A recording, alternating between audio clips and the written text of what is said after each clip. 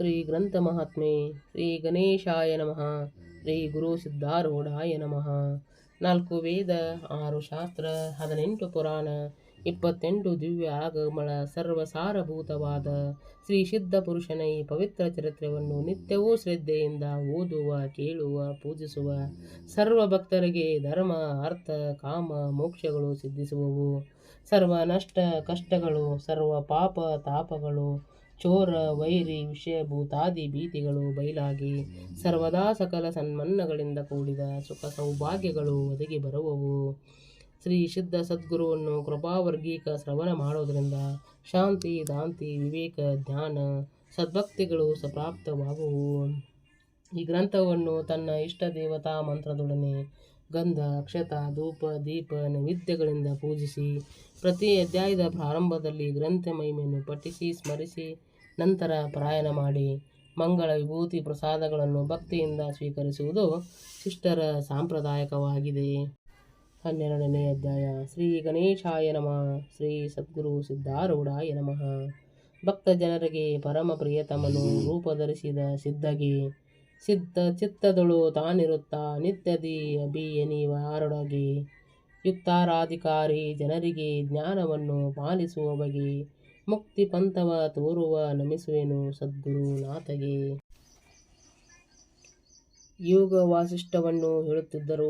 ಒಂದು ದಿನ ಗುರುಲಿಂಗ ಶಾಸ್ತ್ರಿಯು ಬಂದು ಸಿದ್ಧರನ್ನು ಕುರಿತು, ಆತ್ಮನು ದೇಹದಲ್ಲಿದ್ದಾನೆ ಎಂದು ನೀವು ಹೇಳುತ್ತೀರಿ, ಆತನು ನಮಗೆ ಯಾಕೆ ಕಾಣುವುದಿಲ್ಲ ಎಂದು ಪ್ರಶ್ನೆ ಮಾಡಲು ಸದ್ಗುರುಗಳು, ಒಂದು ಪ್ರಮಾಣಕ್ಕೆ ಗೋಚರವಾಗುವಂತಹದ್ದು ಅನ್ಯ ಪ್ರಮಾಣಕ್ಕೆ ಪ್ರತೀತಿಯಾಗದು, ಸ್ಪರ್ಶಕ್ಕೆ ತಿಳಿಯುವಂತಹದ್ದು ನೇತ್ರವು ಅರಿಯಲಾರದು. ಹಾಗೆಯೇ ಜ್ಞಾನಕ್ಕೆ ಆತ್ಮನು ನಿರ್ಧಾರವಾಗುವುದು, ಅಜ್ಞಾನಕ್ಕಾಗದು. ಹಾಗಾದರೆ ಜ್ಞಾನವೆಂದರೆ ಏನಂತ ಹೇಳುತ್ತೇನೆ ಕೇಳು.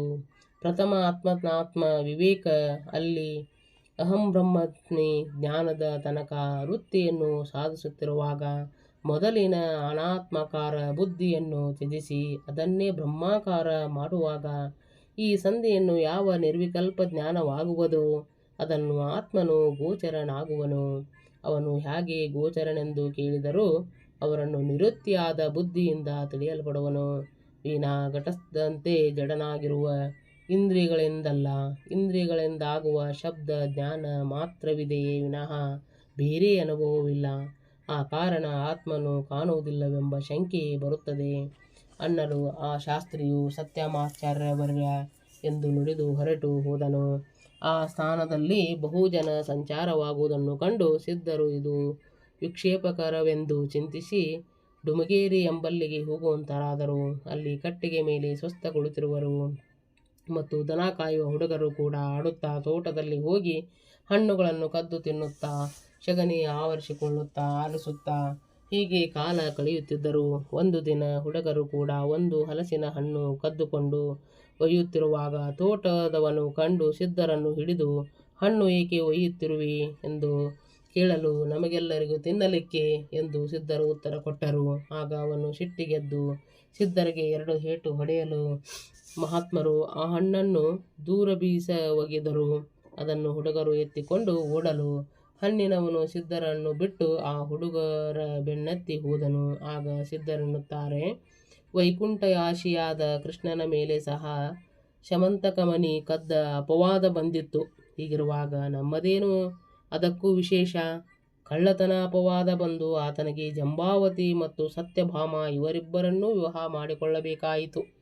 ನಾನಾದರೇನೋ ಅಂಥ ಸಂಸಾರದಿಂದ ಬಂಧಿಸಲ್ಪಡದೆ 2 ಏಟಿನಲ್ಲಿ ಬಿಡುಗಡೆ ಹೊಂದಿದೆನು.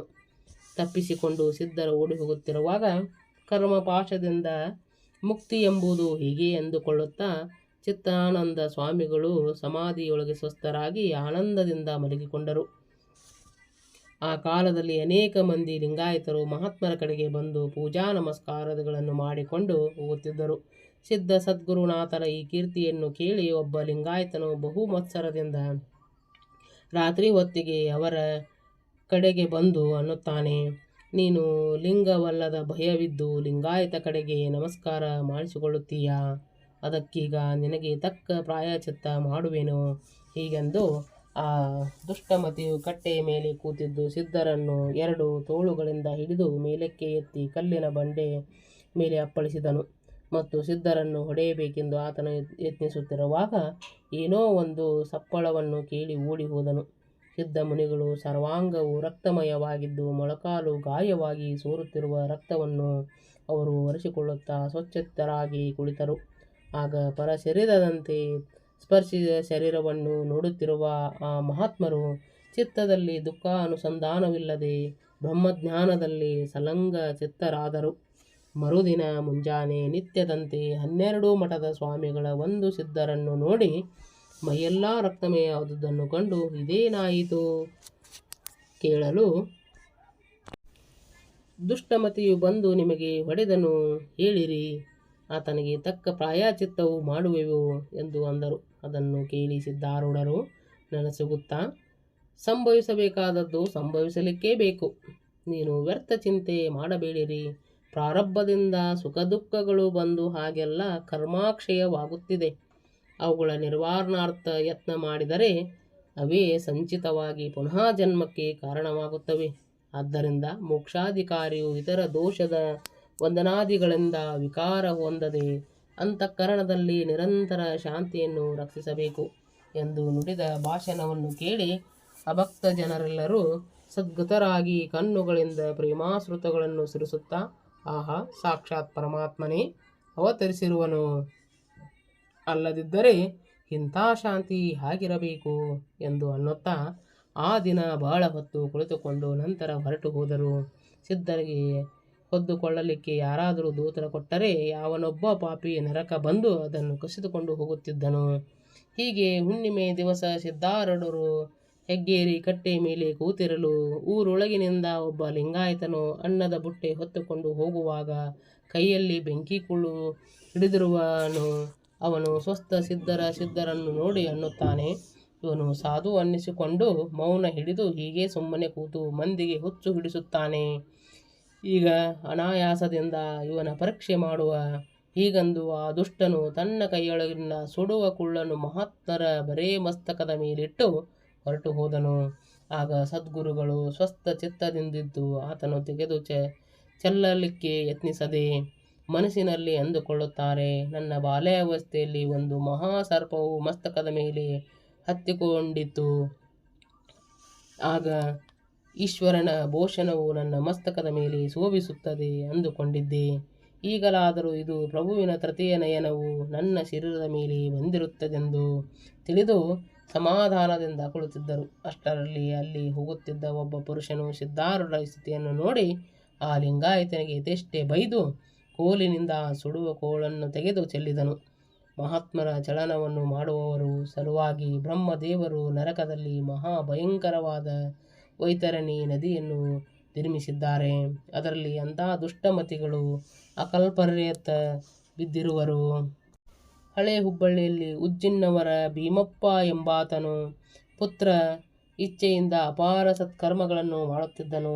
ಆತನ ಕಡೆಗೆ ಸಿದ್ಧ ಮುನಿಗಳಲ್ಲಿ ಸಿದ್ಧಾಶ್ರಮವುಳ್ಳವನಾಗಿ ಅವರ ಸೇವೆಯನ್ನು ಅನನ್ಯ ಭಾವದಿಂದ ತತ್ಪರನಾದನು.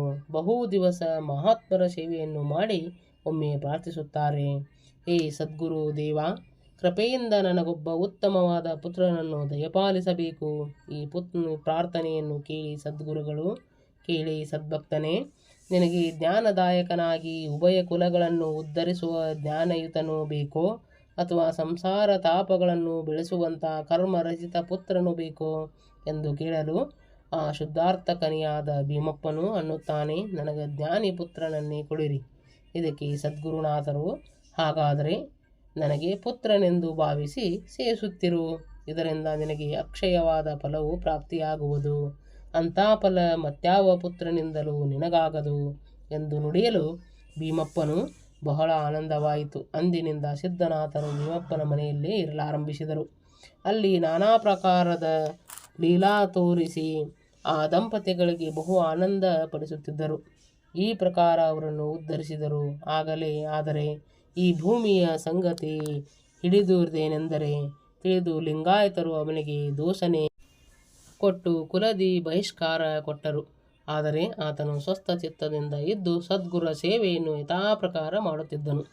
ಮುಂದಿನ ಅಧ್ಯಾಯದೊಳಗೆ ವಿಚಿತ್ರವಾದ ಕಥೆಯನ್ನು ಹೇ ಸೂತ್ರ ಜನರೇ ಅದರಿಂದ ಕೇಳಿರಿ. ಅದರ ಶ್ರವಣದಿಂದ ಸರ್ವ ದುಃಖ ಪರಿಹಾರವಾಗಿ ಅಪಾರವಾದ ದುಃಖವು ಪ್ರಕಟವಾಗುವುದು, ಅಪಾರವಾದಂಥ ಸುಖವು ಪ್ರಕಟವಾಗುವುದು ಎಂಬಲ್ಲಿಗೆ ಶ್ರೀ ಸಿದ್ಧಾರೂಢ ಕಥಾಮೃತದಳ ಶ್ರವಣ ಮಾತ್ರದಿಂದ ಸರ್ವ ಪಾಪಗಳನ್ನು ಭಸ್ಮ ಮಾಡುವಂಥ ಈ 12ನೇ ಅಧ್ಯಾಯವನ್ನು ಶಿವದಾಸನು ಶ್ರೀ ಸಿದ್ಧಾರೂಢ ಸದ್ಗುರುಗಳ ಚರಣಾರವಿಂದಗಳಲ್ಲಿ ಅರ್ಪಿಸಿರುವನು. ಓಂ ನಮಃ ಶಿವಾಯ. ಓಂ ನಮಃ ಶಿವಾಯ. ಓಂ ನಮಃ ಶಿವಾಯ. ಓಂ ನಮಃ ಶಿವಾಯ.